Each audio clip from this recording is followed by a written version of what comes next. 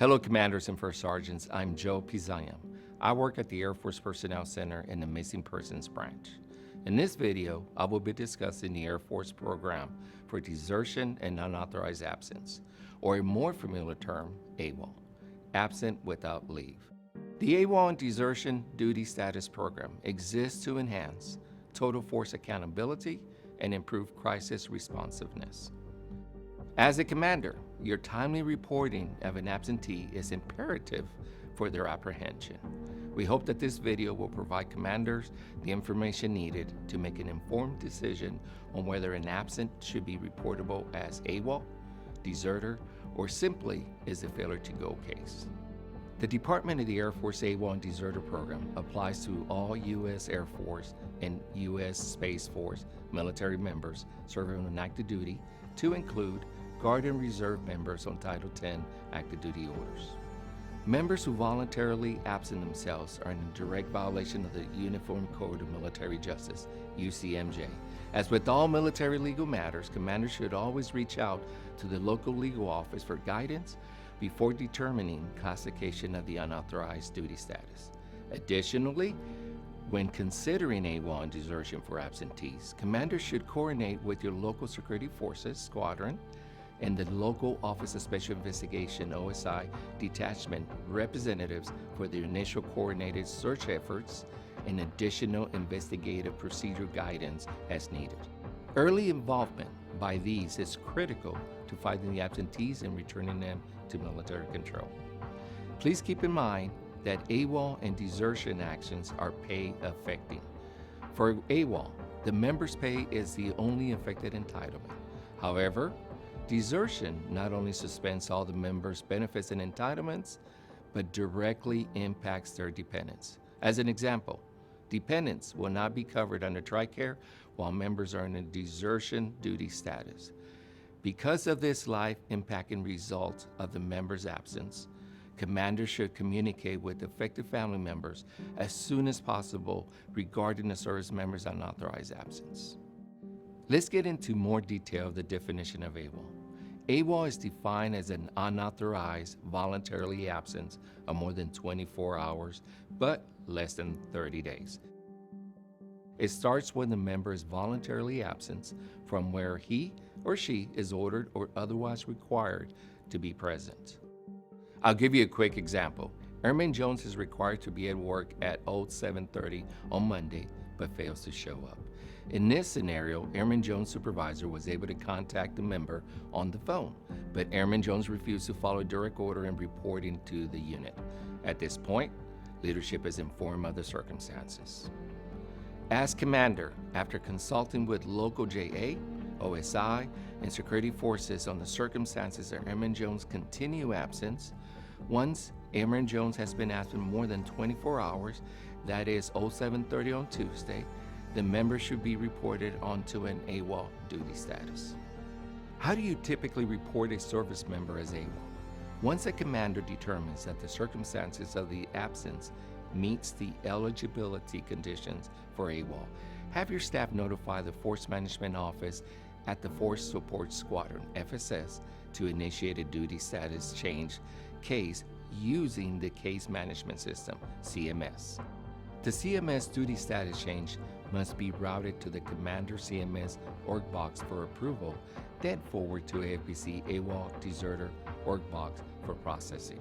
Please note that if your unit has a Commander Support Staff, CSS, they may initiate the CMS duty status change, but the case must still be routed to the Commander's CMS org box for approval before forwarding to AFPC.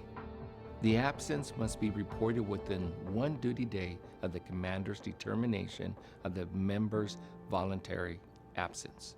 Keep in mind that if the member returns to their unit before 24 consecutive hours of absence has elapsed, then the absence may be classified as failure to go. Failure to go is not a duty status change, and it is not reported to AFPC.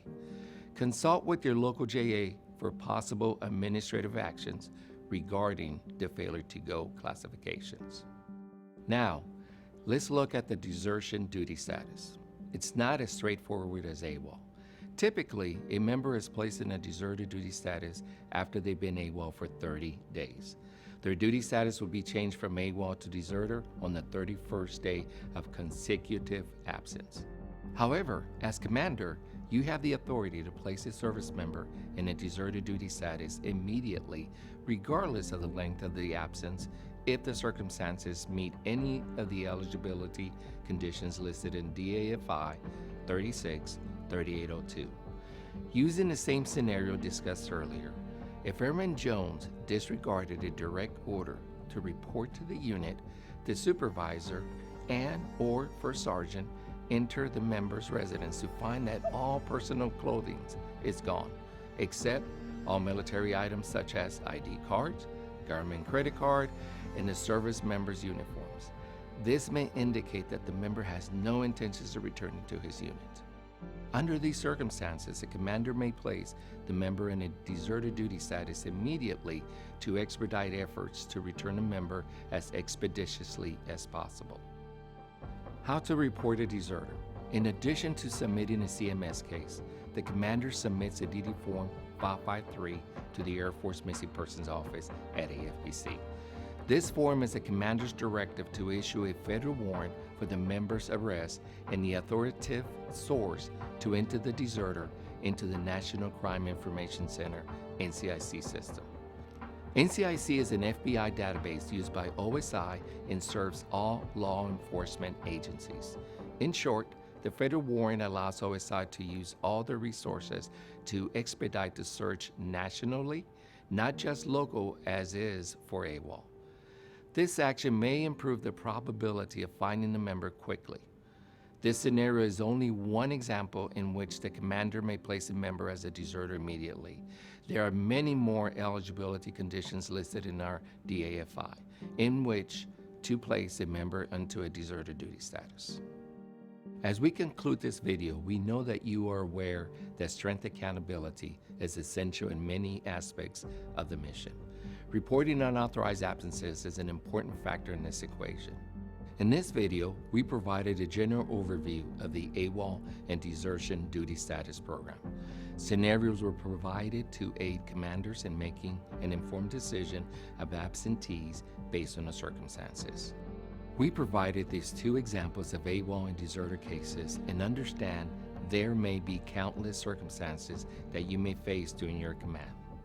Knowing your installation's points of contact as well as our office at AFPC will provide you with necessary tools for success in returning absentees as quickly and safely as possible. There's one thing I want you to take away from this video. It is this: your local FSS Force Management Office is your belly button for the Air Force AWOL and Deserter program. If you can't reach the FSS, we may be reached through the Total Force Service Center at 1-800-525-0102 under the Casualty Service option. Ask to speak with the AWOL Deserter POC. Our office is available 24/7 and they will connect you to one of our representatives. We hope we provided you with a better understanding of the AWOL desertion program and what to do if you have an airman or guardian who becomes voluntarily absent. I'm Joe Pizzagna. Thank you for listening and wishing you all well. Take care.